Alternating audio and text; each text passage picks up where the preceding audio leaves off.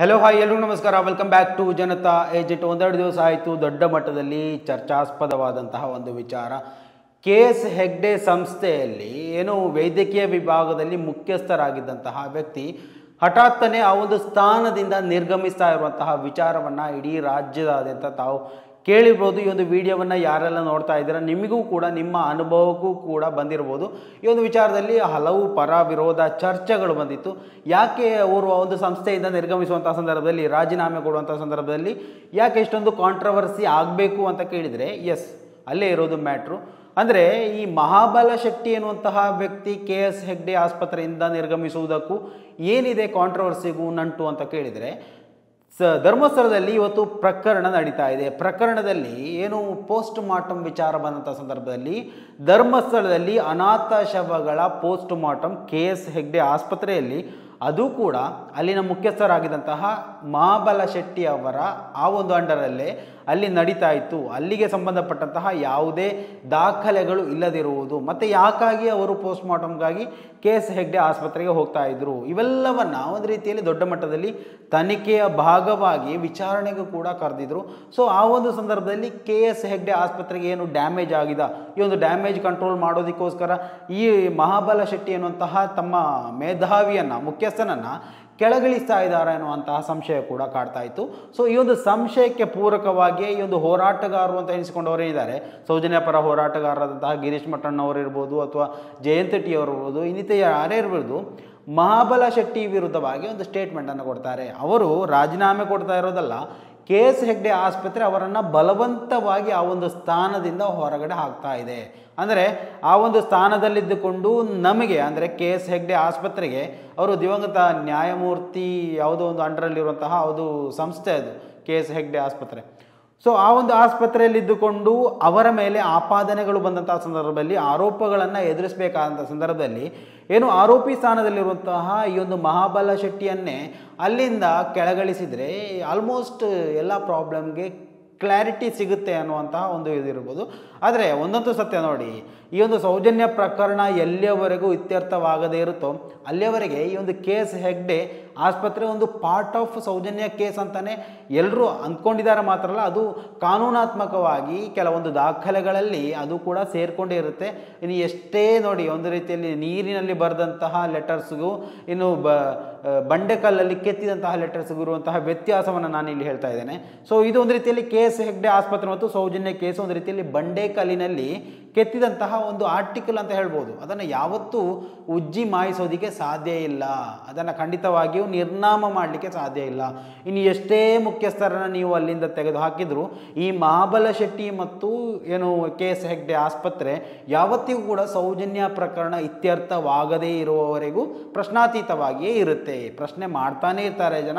ಇನ್ನು ಮಹಾಬಲ ಶೆಟ್ಟಿ ಅವರು ಇಲ್ಲ, ನಮ್ಮನ್ನು ಪ್ರಶ್ನೆ ಮಾಡಬಾರ್ದು ಅಂತ ಕೇಳ್ಕೊಳ್ಳೋದಕ್ಕೆ KS ಹೆಗ್ಡೆಗೆ ಬರೋದಿಲ್ಲ. ಯಾಕಂತ ಹೇಳಿದರೆ ಸೌಜನ್ಯ ಪ್ರಕರಣ ಎಷ್ಟೊಂದು ದೊಡ್ಡ ಮಟ್ಟದಲ್ಲಿ ಸುದ್ದಿ ಆಗುತ್ತೋ ಅಥವಾ ಎಷ್ಟೊಂದು ತಳಮಟ್ಟಕ್ಕೆ ಹೋಗುತ್ತೋ ಆ ಒಂದು ರೀತಿಯಲ್ಲಿ ನಿಮ್ಮ ಆಸ್ಪತ್ರೆ ಮತ್ತು ನಿಮ್ಮ ಮಾಜಿ ಮುಖ್ಯಸ್ಥ ಏನಿವಾಗ ಮಾಜಿ ಆಗಿದ್ದಾರೆ ಅವರು ಕೂಡ ಈ ಒಂದು ಕೇಸಲ್ಲಿ ಖಂಡಿತವಾಗಿಯೂ ಇದ್ದೇ ಇರ್ತಾರೆ. ಯಾಕೆಂತ ಹೇಳಿದರೆ ಈ ಒಂದು ಪ್ರಕರಣದಲ್ಲಿ ಮೇನ್ ಪಾರ್ಟ್ ಅಂದರೆ ಏನು ಪೋಸ್ಟ್ ಮಾರ್ಟಮ್ ಇರ್ಬೋದು ಅಥವಾ ಇನ್ನಿತರ ಏನು ದಾಖಲೆಗಳಿರ್ಬೋದು, ಇವೆಲ್ಲವನ್ನು ನಾಶ ಮಾಡೋದರಲ್ಲಿ ನಿಮಗೆ ಗೊತ್ತಿದೆಯೋ ಗೊತ್ತಿಲ್ಲದೆಯೋ KS ಹೆಗ್ಡೆ ಎನ್ನುವಂತಹ ನಾಮನಿರ್ದೇಶನಗೊಂಡಿದೆ ಅಲ್ಲಿ. ಅದಕ್ಕೆ ಯಾರಾದರೂ ಕಾರಣಕರ್ತರು ಆಗಿರಲೂಬಹುದು, ಆಗದೇನೂ ಇರ್ಬೋದು. ಸೊ ಅದನ್ನು ಡಿಸ್ಕಸ್ ಮಾಡೋದಕ್ಕೆ ಹೋಗೋದಿಲ್ಲ. ಇವತ್ತು KS ಹೆಗ್ಡೆ ಆಸ್ಪತ್ರೆಯಿಂದ ರಾಜೀನಾಮೆ ಕೊಟ್ಟಿದ್ದು ಮಹಾಬಲ ಶೆಟ್ಟರು ಅಥವಾ ಅವರನ್ನು ಹೊರಗಡೆ ಹಾಕಿದ್ದು ಎನ್ನುವಂಥ ವಿಚಾರದಲ್ಲಿ ಚರ್ಚೆಗಳು ಸಾಮಾಜಿಕ ಜಾಲತಾಣದಲ್ಲಿ ನಡೀತಾ ಇರುವಂಥದ್ದು. ಸೊ ಸ್ನೇಹಿತರೆ, ಈ ಒಂದು ವಿಡಿಯೋವನ್ನು ನೀವು ಮೊದಲನೇ ಬಾರಿ ನೋಡ್ತಾ ಇದ್ದರೆ ದಯವಿಟ್ಟು ಸಬ್ಸ್ಕ್ರೈಬ್ ಮಾಡ್ಕೊಂಡು ನೋಡಿ. ಹಲವು ವಿಚಾರಗಳ ಬಗ್ಗೆ, ಕಾಂಟ್ರವರ್ಸಿ ವಿಚಾರಗಳಿರ್ಬೋದು, ಇನ್ನು ಮಹಿಳೆಯರ ವಿರುದ್ಧ ಶೋಷಣೆ, ದೌರ್ಜನ್ಯ, ದಮನಿತರ ಪರವಾಗಿ ಈ ಥರ ಏನೆಲ್ಲ ನಮ್ಮ ಸಮಾಜದಲ್ಲಿ ಒಂದು ರೀತಿಯಲ್ಲಿ ಭ್ರಷ್ಟರು ಮೆರೆದಾಡುವಂಥ ಸಂದರ್ಭದಲ್ಲಿ ಅವರ ವಿರುದ್ಧವಾಗಿ ಒಂದು ರೀತಿಯಲ್ಲಿ ತೊಡೆ ತಟ್ಟುವಂತಹ ವಿಚಾರವನ್ನು, ಕೆಲವೊಂದು ಮಾಹಿತಿಗಳನ್ನು ನಿಮ್ಮ ಮುಂದೆ ತರುವಂತಹ ಪ್ರಯತ್ನವನ್ನು ನಾವು ಸಣ್ಣ ಮಟ್ಟದಲ್ಲಿ ಮಾಡ್ತಾ ಇದ್ದೇವೆ.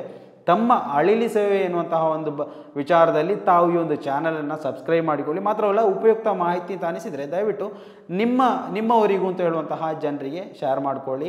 ಸೊ ಈ ಒಂದು ವಿಚಾರದಲ್ಲಿ KS ಹೆಗ್ಡೆ ವಿಚಾರದಲ್ಲಿ ಮಹಾಬಲ ಶೆಟ್ಟಿಯವರ ಪಾತ್ರ ಅಂದರೆ ಈ ಒಂದು ಸೌಜನ್ಯ ಪ್ರಕರಣ, ಆ ಒಂದು ಪೋಸ್ಟ್ ಮಾರ್ಟಮ್ ಇರ್ಬೋದು ಅಥವಾ ಬೇರೆ ಇನ್ನಿತರ ವಿಚಾರಗಳಿರ್ಬೋದು, ಅಥವಾ ಒಂದು ರೀತಿಯಲ್ಲಿ ನೋಡಿ ಧರ್ಮಸ್ಥಳದಲ್ಲಿ ಅನಾಥ ಶವಗಳು ಎಲ್ಲೆಲ್ಲ ಸಿಗುತ್ತೆ, ಎಲ್ಲ ಶವಗಳು ಇಲ್ಲದಿದ್ದರೂ ಕೂಡ ಕೆಲವೊಂದು ಶವಗಳು ಅದೇ ದಿವಸಗಳಲ್ಲಿ ಯಾವುದೇ ವಿಧಿವಿಧಾನಗಳನ್ನು ಪೂರ್ತಿಗೊಳಿಸದೆ, ಮಾತ್ರವಲ್ಲ ಯಾವುದೇ UDR ಪ್ರತಿಗಳಲ್ಲಿ ದಾಖಲಾಗದಂತಹ ಅಥವಾ ಯಾವುದೇ ಬಿಲ್ಗಳು ರಸೀದಿಗಳಿರ್ಬೋದು, ಇದು ಯಾವುದಕ್ಕೂ ಒಳಪಡದಂತಹ, ಗ್ರಾಮ ಪಂಚಾಯತ್ಗೂ ಒಳಪಡದಂತಹ, ಡೈರೆಕ್ಟಾಗಿ ಯಾರದೇ ಇನ್ವಾಲ್ವ್ಮೆಂಟ್ ಇಲ್ಲದೆ, ಮೇ ಬಿ ಎಲ್ಲರ ಇನ್ವಾಲ್ವ್ಮೆಂಟ್ ಇರ್ಬೋದು, ಆದರೆ ದಾಖಲೆಗಳಲ್ಲಿ ಯಾವುದೇ ಇನ್ವಾಲ್ವ್ಮೆಂಟ್ ಇಲ್ಲದೆ ಆ ಒಂದು ಶವಗಳನ್ನು, ಅನಾಥ ಶವಗಳನ್ನು KS ಹೆಗ್ಡೆ ಆಸ್ಪತ್ರೆಗೆ, ಅಂದರೆ ನೋಡಿ ಬೆಳ್ತಂಗಡಿಯಲ್ಲಿ ಶವಾಗಾರ ಇದ್ದರೂ ಕೂಡ, ಇನ್ನು ಸರ್ಕಾರಿ ವೆನ್ಲಾಕ್ ಆಸ್ಪತ್ರೆ ಇದ್ದರೂ ಕೂಡ ಅದನ್ನೆಲ್ಲವನ್ನ ದಾಟಿ KS ಹೆಗ್ಡೆ ಆಸ್ಪತ್ರೆಗೆ ಹೋಗಿ ಅಲ್ಲಿ ಪೋಸ್ಟ್ಮಾರ್ಟಮ್ ಮಾಡಿ ಅಲ್ಲಿನ ವಿಚಾರಗಳು, ಅಲ್ಲಿನ ದಾಖಲೆಗಳನ್ನು ನಾಶಪಡಿಸಿ, ಸೊ ಇದರಲ್ಲಿ ದೊಡ್ಡ ಮಟ್ಟದಲ್ಲಿ ಡೌಟು ಮೂಡ್ತಾ ಇತ್ತು. ಸೊ ಅದನ್ನೇ ಈ ಒಂದು ಸೌಜನ್ಯ ಹೋರಾಟಗಾರರಾದಂತಹ ಗಿರೀಶ್ ಮಟ್ಟಣ್ಣವರು, ಮಾಜಿ ಪೊಲೀಸ್ ಅಧಿಕಾರಿ ಅವರು, ಈ ಒಂದು ಡೌಟನ್ನು ಸಮಾಜದ ಮುಂದೆ ಎತ್ತಿ ತಂದಿದ್ದರು. ಮಹಾಬಲ ಶೆಟ್ಟಿಯವರ ವಿರುದ್ಧವಾಗಿ ಕೆಲವೊಂದು ವಿಚಾರಗಳನ್ನು ಮಾತಾಡಿದರು. ಸೊ ಆ ಒಂದು ವಿಚಾರದಲ್ಲಿ ಮಹಾಬಲ ಶೆಟ್ಟಿ ಅವರು ಕೂಡ ರಿಯಾಕ್ಟ್ ಮಾಡಿದರು. ಹಲವು ಸ್ಯಾಟಲೈಟ್ ಮೀಡಿಯಾಗಳನ್ನು ಬಳಸಿಕೊಂಡು ಡಿಬೇಟ್ನಲ್ಲಿ ಕೂತು ಇಲ್ಲಿ ಹೋರಾಟಗಾರರನ್ನು ದಮನಿಸುವಂತಹ ಪ್ರಯತ್ನವನ್ನು ಮಾಡ್ತಾಯಿದ್ರು. ಅದು ಏನೇ ಮಾಡಿದರೂ ಕೂಡ ನೋಡಿ, ಮಾಡಿದ್ದುಣ್ಣೋ ಮಹಾರಾಯ ಅನ್ನುವಂಥ ರೀತಿಯಲ್ಲಿ ತಾನು ಮಾಡಿದನ್ನು ತಾನೊಬ್ಬನೇ ಉಣ್ಣಬೇಕು, ಯಾರು ಜೊತೆಗೆ ಬರೋದಿಲ್ಲ, ತಮ್ಮ ಕರ್ಮವನ್ನು ತಾವೇ ಹತ್ತೋ ಏನೋ ಮಾಡಿ ಮುಗಿಸ್ಬೇಕು, ಅದು ಯಾರೂ ತಮ್ಮ ಕೈ ಜೋಡಿಸೋಕೆ, ತಮ್ಮ ಬೆನ್ನಿಗೆ ಬೆನ್ನು ನಿಲ್ಲೋಕೆ ಯಾರೂ ಬರೋದಿಲ್ಲ, ಕರ್ಮವನ್ನು ಅವರವರೇ ಮುಗಿಸ್ಕೊಳ್ಬೇಕು. ಆ ಒಂದು ರೀತಿಯಲ್ಲಿ, ಆ ಒಂದು ನಿಟ್ಟಿನಲ್ಲಿ ಇವತ್ತು KS ಹೆಗ್ಡೆ ಆಸ್ಪತ್ರೆ ಇವರನ್ನು ಒಂದು ರೀತಿಯಲ್ಲಿ ಅಲ್ಲಿಂದ ವಜಾ ಮಾಡಿರುವಂಥದ್ದು. ಇನ್ನೊಂದು ಬಾಹ್ಯವಾಗಿ ಅದನ್ನು ಒಂದು ರೀತಿಯಲ್ಲಿ ರಾಜೀನಾಮೆ, ಅವರಿಗೆ ಸೆಂಡ್ ಆಫ್ ಮಾಡುವಂತಹ ಫೋಟೋಗಳನ್ನು ವೈರಲ್ ಮಾಡುವಂಥದ್ದು, ಅದೆಲ್ಲ ನೋಡಿ ಒಂದು ರೀತಿಯಲ್ಲಿ ದೊಡ್ಡ ಇಶ್ಯೂ ಆಗೋದು ಬೇಡ. ಸಾಮಾನ್ಯವಾಗಿ ಜನರನ್ನು ಯಾವ ರೀತಿಯಲ್ಲಿ ಅವರೇ ಸ್ವತಃ ರಾಜೀನಾಮೆ ಕೊಟ್ಟು ಹೋಗುವ ರೀತಿಯಲ್ಲಿ ಮಾಡಿ ಮುಗಿಸಿರುವಂಥದ್ದು. ಆದರೆ ಈ ಒಂದು ವಿಚಾರದಲ್ಲಿ ಹಲವು ಕಾಂಟ್ರವರ್ಸಿ ಬಂದಿತ್ತು. ಕೆಲವೊಂದು ನಾಯಕರುಗಳು ಇಲ್ಲ ಅವರನ್ನು ತೆಗೆದು ಬಿಸಾಡಿರೋದು, ಈ ಒಂದು ವಿಚಾರದಲ್ಲಿ KS ಹೆಗ್ಡೆ ಆಸ್ಪತ್ರೆಗೆ ದೊಡ್ಡ ರಿಮಾರ್ಕ್ ಆಗಿದೆ ಅವರಿಂದಾಗಿ ಅಂತ ಹೇಳಿಬಿಟ್ಟು ಅವರನ್ನು ಕಿತ್ತು ಬಿಸಾಡಿದ್ದು ಅಂತ ಹೇಳ್ತಾ ಇದ್ರು ಕೂಡ, ನಾವು ನಮ್ಮ ವಿಶ್ವಾಸಾರ್ಹತೆಗೆ ತಕ್ಕಂತಹ ಕೆಲವೊಂದು ವೆಬ್ ಪೋರ್ಟಲ್ಗಳು ಈ ಒಂದು ವಿಚಾರದಲ್ಲಿ ಸ್ಪಷ್ಟ ಮಾಹಿತಿಯನ್ನು ಕೊಡುತ್ತೆ. ಸೊ ಆ ಒಂದು ಪೋರ್ಟಲ್ಗಳು ಹೇಳುವಂತಹ ರೀತಿಯ ವರದಿಯನ್ನು ನಾವು ಇವತ್ತು ನಿಮ್ಮ ಮುಂದೆ ತರೋರಿದ್ದೇವೆ. ಸೊ ಅದು ಸತ್ಯನೋ ಸುಳ್ಳು ಅಂತ ಗೊತ್ತಿಲ್ಲ, ಆದರೆ ಆಲ್ಮೋಸ್ಟ್ ನ್ಯೂಸಸ್ ಎಲ್ಲವೂ ಸರಿಯಾಗಿಯೇ ಬರುವಂಥದ್ದು. ಸೊ ಅವರು ಕೂಡ ಅವರು ಕೊಟ್ಟಂತಹ ಪ್ರತಿಕ್ರಿಯೆಯನ್ನು ಉಲ್ಲೇಖ ಮಾಡಿಕೊಂಡು ತಯಾರು ಮಾಡಿದಂತಹ ಒಂದು ವರದಿ, ಅದು ಇಂಗ್ಲೀಷ್ನಲ್ಲಿದೆ. ಅದನ್ನು ಕನ್ನಡಕ್ಕೆ ಭಾಷಾಂತರ ಮಾಡಿ ನಿಮ್ಮ ಮುಂದೆ ತರುವಂತಹ ಒಂದು ಪ್ರಯತ್ನವನ್ನು ನಾವು ಮಾಡ್ತೇವೆ. ನೋಡಿ, ಧರ್ಮಸ್ಥಳದ ಶವಗಳ ಶವಪರೀಕ್ಷೆ ನಡೆಸಿದ ಮಹಾಬಲ ಶೆಟ್ಟಿ KS ಹೆಗ್ಡೆ ಆಸ್ಪತ್ರೆಗೆ ರಾಜೀನಾಮೆಯನ್ನು ನೀಡಿದ್ದಾರೆ ಅಂತ ತಲೆಪಟ್ಟಿಯನ್ನು ಹಾಕಿ, ಅಂದರೆ ವೈದ್ಯಕೀಯ ಕಾಲೇಜು ಸ್ಥಾಪಿಸಲು ಸಹಾಯ ಮಾಡಲು ಆಳ್ವಾಸ್ ಸಂಸ್ಥೆಗೆ ಸೇರುತ್ತಿರುವುದರಿಂದ ಸೌಹಾರ್ದಯುತವಾಗಿ ರಾಜೀನಾಮೆಯನ್ನು ನೀಡುವುದಾಗಿ ಮಹಾಬಲ ಶೆಟ್ಟಿಯವರು ಪ್ರತಿಕ್ರಿಯೆಯನ್ನು ಕೊಟ್ಟಿರುವಂಥದ್ದು. ಈ ಬೆಳವಣಿಗೆಗೂ ಧರ್ಮಸ್ಥಳ ವಿವಾದಕ್ಕೂ ಯಾವುದೇ ಸಂಬಂಧ ಇಲ್ಲ ಅಂತ ಅವರು ಮೊದಲೇ ಹೇಳಿದ್ದಾರೆ. ಕುಂಬಳಕಾಯಿ ಕಳ್ಳ ಅಂತ ಹೇಳುವಾಗ ಹೆಗಲು ಮುಟ್ಟಿ ನೋಡಿದ್ರಂತೆ. ಆ ಒಂದು ರೀತಿಯಲ್ಲಿ ಹೇಳೋದಕ್ಕಿಂತ ಮುಂಚೆನೇ ಅವರು ಪ್ರತಿಕ್ರಿಯೆಯನ್ನು ಕೊಟ್ಟಾಗಿದೆ. ಅಂದರೆ ನಾನು ಈ ಒಂದು ಧರ್ಮಸ್ಥಳ ವಿಚಾರದಲ್ಲಿ ರಾಜೀನಾಮೆ ಕೊಡ್ತಾ ಇಲ್ಲ ಅಥವಾ ನನ್ನನ್ನು ತೆಗೆದು ಬಿಸಾಕ್ತಾ ಇಲ್ಲ, ನಾನಾಗೇ ಸ್ವತಃ ರಾಜೀನಾಮೆ ಕೊಡ್ತಾ ಇದ್ದೇನೆ. ಮಾತ್ರ ಅಲ್ಲ, ಆಳ್ವಾಸ್ ಸಂಸ್ಥೆಗೆ ವೈದ್ಯಕೀಯ ಸಹಾಯ ಮಾಡೋದಕ್ಕೋಸ್ಕರ ಇದು ಮಾಡ್ತಾ ಇದ್ದೇನೆ ಅಂತ ಹೇಳಿದರು. ಧರ್ಮಸ್ಥಳದಲ್ಲಿ ಪತ್ತೆಯಾದ ಹಲವಾರು ಶವಗಳ ಮರಣೋತ್ತರ ಪರೀಕ್ಷೆ ನಡೆಸಿದ ವೈದ್ಯ ಮಹಾಬಲ ಶೆಟ್ಟಿ KS ಹೆಗ್ಡೆ ಆಸ್ಪತ್ರೆಗೆ ರಾಜೀನಾಮೆ ನೀಡಿರುವಂಥದ್ದು. ಧರ್ಮಸ್ಥಳ ಸಂಸ್ಥೆಯ ವಿರುದ್ಧ ಆರೋಪಗಳನ್ನು ಒಂದು ಪಿತೂರಿ ಅಂತ ಅವರು ಈ ಹಿಂದೆ ಹೇಳಿದ್ದರಿಂದ ಅವರ ರಾಜೀನಾಮೆ ದೊಡ್ಡ ಮಟ್ಟದಲ್ಲಿ ಇವತ್ತು ಕಾಂಟ್ರವರ್ಸಿ ಕ್ರಿಯೇಟ್ ಮಾಡಿರುವಂಥದ್ದು. ಇನ್ನು ಮಹಾಬಲ ಶೆಟ್ಟರು 2007ರಿಂದ ನ್ಯಾಯಮೂರ್ತಿ KS ಹೆಗ್ಡೆ ಚಾರಿಟೇಬಲ್ ಆಸ್ಪತ್ರೆಯ ಸಂಸ್ಥೆಯೊಂದಿಗೆ ಕೆಲಸ ಮಾಡ್ತಾ ಇದ್ದಾರೆ. ಅವರು ವಿಧಿವಿಜ್ಞಾನ ವೈದ್ಯಕೀಯ ವಿಭಾಗದ ಮುಖ್ಯಸ್ಥರಾಗಿಯೂ ಸೇವೆ ಸಲ್ಲಿಸಿದ್ದಾರೆ. ಜುಲೈ 19ರಂದು ಕರ್ನಾಟಕ ಸರ್ಕಾರ ರಚಿಸಿದ SIT ಧರ್ಮಸ್ಥಳ ಗ್ರಾಮದಲ್ಲಿ ಅಕ್ರಮ ಸಮಾಧಿಗಳು ಮತ್ತು ಕಾಣೆಯಾದ ವ್ಯಕ್ತಿಗಳ ದೂರುಗಳ ತನಿಖೆಯನ್ನು ಪ್ರಾರಂಭಿಸಿದ ನಂತರ ಅವರ ಈ ಒಂದು ವಿಚಾರ ಬೆಳಕಿಗೆ ಬಂದಿರುವಂಥದ್ದು, ಅಥವಾ ಈ ಒಂದು ಮಹಾಬಲ ಶೆಟ್ಟಿ ಅನ್ನುವಂತಹ ಹೆಸರು ಕೂಡ ಹೊರಗಡೆ ಬಂದಿರುವಂಥದ್ದು. ಇನ್ನು ಸೌಜನ್ಯಪರ ಹೋರಾಟಗಾರರು ಹೇಳುವ ಪ್ರಕಾರ ಆಸ್ಪತ್ರೆಯಿಂದ ವಜಾಗೊಳಿಸಲಾಗಿದೆ ಅಂತ ಹೇಳಿಕೊಳ್ತಾ ಇದ್ರು. ಶೆಟ್ಟಿಯವರು, ಮಹಾಬಲ ಶೆಟ್ಟಿಯವರು ಅದನ್ನು ಸಂಪೂರ್ಣವಾಗಿ ನಿರಾಕರಣೆ ಮಾಡ್ತಾರೆ. ಅವರು BLR ಪೋಸ್ಟ್ಗೆ ನೀಡಿದ ವರದಿಯಂತೆ, ನಾನು KS ಹೆಗ್ಡೆ ಆಸ್ಪತ್ರೆಗೆ ಸ್ವತಃ ನಾನಾಗೇ ರಾಜೀನಾಮೆ ನೀಡಿದ್ದೇನೆ, ರಾಜೀನಾಮೆಗೂ ಧರ್ಮಸ್ಥಳ ತನಿಖೆಗೂ ಯಾವುದೇ ಸಂಬಂಧ ಇಲ್ಲ, ವಾಸ್ತವವಾಗಿ ಆಸ್ಪತ್ರೆಯು ಸೇವೆಯನ್ನು ಮುಂದುವರಿಸಲು ನನ್ನನ್ನು ಮನವೊಲಿಸಲು ಎಲ್ಲ ಪ್ರಯತ್ನಗಳನ್ನು ಮಾಡಿತ್ತು ಅಂತ ಸ್ಪಷ್ಟವಾಗಿ ಹೇಳಿದರು. ಅಂದರೆ ಮಹಾಬಲ ಶೆಟ್ಟರನ್ನು ಇಟ್ಟುಕೊಳ್ಳಿಕ್ಕೆ ಇಲ್ಲ ಸಲ್ಲದ ತಕರಾರು ಪ್ರಯತ್ನಗಳನ್ನು ಮಾಡಿತ್ತು, ಆದರೆ ನಾನೇ ಅದಕ್ಕೆ ಒಪ್ಪಿಕೊಳ್ಳಿಲ್ಲ, ನಾನಾಗಿಯೇ ಹೊರಗಡೆ ಬಂದಿದ್ದೇನೆ ಎನ್ನುವಂತಹ ವಿಚಾರ ಹೇಳಿರುವಂಥದ್ದು. ಇನ್ನು ವೈದ್ಯಕೀಯ ಕಾಲೇಜು ನಿರ್ಮಿಸಲು ಸಹಾಯ ಮಾಡಲು ನಾನು ಆಳ್ವಾಸ್ ಸಂಸ್ಥೆಗೆ ಸೇರಲು ನನ್ನ ದಾಖಲೆಗಳನ್ನು ಇಲ್ಲಿ ಹಾಕ್ತಾ ಇದ್ದೇನೆ, ನಾನು ಅಲ್ಲಿಗೆ ಹೋಗ್ತಾ ಇದ್ದೇನೆ ಅನ್ನೋಂತಹ ದಾಖಲೆಗಳನ್ನು ಕೊಡ್ತೇನೆ ಅಂತ BLR ಪೋಸ್ಟ್ಗೆ ಹೇಳಿರುವಂಥದ್ದು.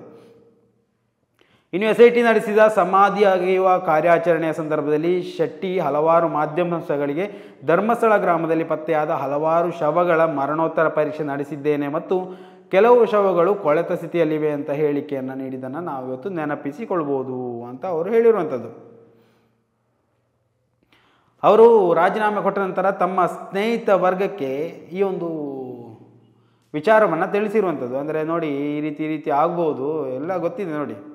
ಸೊ ಒಂದು ಹೆಗ್ಡೆ ಆಸ್ಪತ್ರೆಗೆ ಮುಂದಿನ ಅಂದರೆ ಮುಖ್ಯಸ್ಥರನ್ನು ಕೂಡ ನೇಮಿಸಿ ಆಗಿದೆ. ಅದೆಲ್ಲ ಸೆಕೆಂಡ್ರಿ, ಅದು ನಮಗೆ ಅವಶ್ಯಕತೆ ಇಲ್ಲ.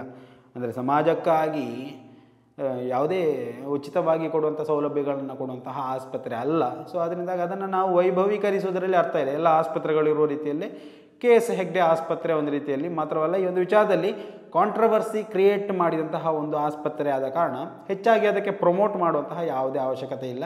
ಅಲ್ಲೂ ಕೂಡ ಅನ್ಯಾಯ, ಅಧರ್ಮ ಎಲ್ಲವೂ ನಡೆದಿದೆ. ಸೊ ಅದರಿಂದಾಗಿ ವಿಚಾರಣೆಯಲ್ಲಿ ಅದು ಕೂಡ ಒಳಪಡುತ್ತೆ. ಅದನ್ನು ನಾವು ಯಾವತ್ತೂ ಪ್ರಶ್ನಾತೀತರಾಗಿ ಪ್ರಶ್ನೆ ಮಾಡಬಾರ್ದು ಅಂತ ಇರುವಂತಹ ಆಸ್ಪತ್ರೆ ಖಂಡಿತವಾಗಿಯೂ ಅಲ್ಲ. ಸೊ ಪ್ರಶ್ನೆ ಮಾಡೇ ಮಾಡ್ತೇವೆ. ಇನ್ನು 10-20 ವರ್ಷಗಳಾದರೂ ಕೂಡ ಈ ಒಂದು ಮುಖಮುದ್ರೆಯಲ್ಲಿ, ಈ ಒಂದು ಪ್ರಕರಣದಲ್ಲಿ KS ಹೆಗ್ಡೆ ಪಾತ್ರ ಬಹಳಷ್ಟು ಗಂಭೀರವಾದದ್ದು, ದೊಡ್ಡದು. ಸೊ ಅದು ಇನ್ವಾಲ್ವ್ಮೆಂಟ್ ಇವಾಗ ಮುಖ್ಯಸ್ಥರಾಗಿ ಇಲ್ಲದಿದ್ದರೂ ಕೂಡ ಮಾಜಿ ಮುಖ್ಯಸ್ಥರು ಎನ್ನುವಂತಹ ಒಂದು ರೀತಿಯಲ್ಲಿ KS ಹೆಗ್ಡೆ ಆಸ್ಪತ್ರೆ ಮತ್ತು ಮಹಾಬಲ ಶೆಟ್ಟಿಗೆ ಖಂಡಿತವಾಗಿಯೂ ಸಂಬಂಧ ಇದ್ದೇ ಇರುತ್ತೆ. ಯಾವ ರೀತಿಯಲ್ಲಿ ಆದರೆ ಈ ಒಂದು ಪ್ರಕರಣ ಮುಗಿಯದೇ ಹೋದರೂ ಅಥವಾ ಇತ್ಯರ್ಥವಾಗದೇ ಹೋದರೂ ಇನ್ನೂ ಚಾಲ್ತಿಯಲ್ಲಿದ್ದರೂ ಕೂಡ ಈ ಎರಡು ಹೆಸರುಗಳು ಖಂಡಿತವಾಗಿಯೂ ಈ ಒಂದು ಪ್ರಕರಣದಲ್ಲಿ ಪ್ರಮುಖ ಪಾತ್ರವನ್ನು ವಹಿಸಿಕೊಳ್ಳುತ್ತೆ. ಸ್ನೇಹಿತರೆ, ದಯವಿಟ್ಟು ಈ ಒಂದು ವಿಚಾರದಲ್ಲಿ ನಿಮ್ಮ ಅಭಿಪ್ರಾಯಗಳನ್ನು ಕೂಡ ಕಮೆಂಟ್ ಮಾಡಿ. ಮುಂದಿನ ಮಾಹಿತಿಯೊಂದಿಗೆ ಮತ್ತೆ ಭೇಟಿಯಾಗೋಣ. ಅಲ್ಲಿವರೆಗೂ ನಮಸ್ಕಾರ.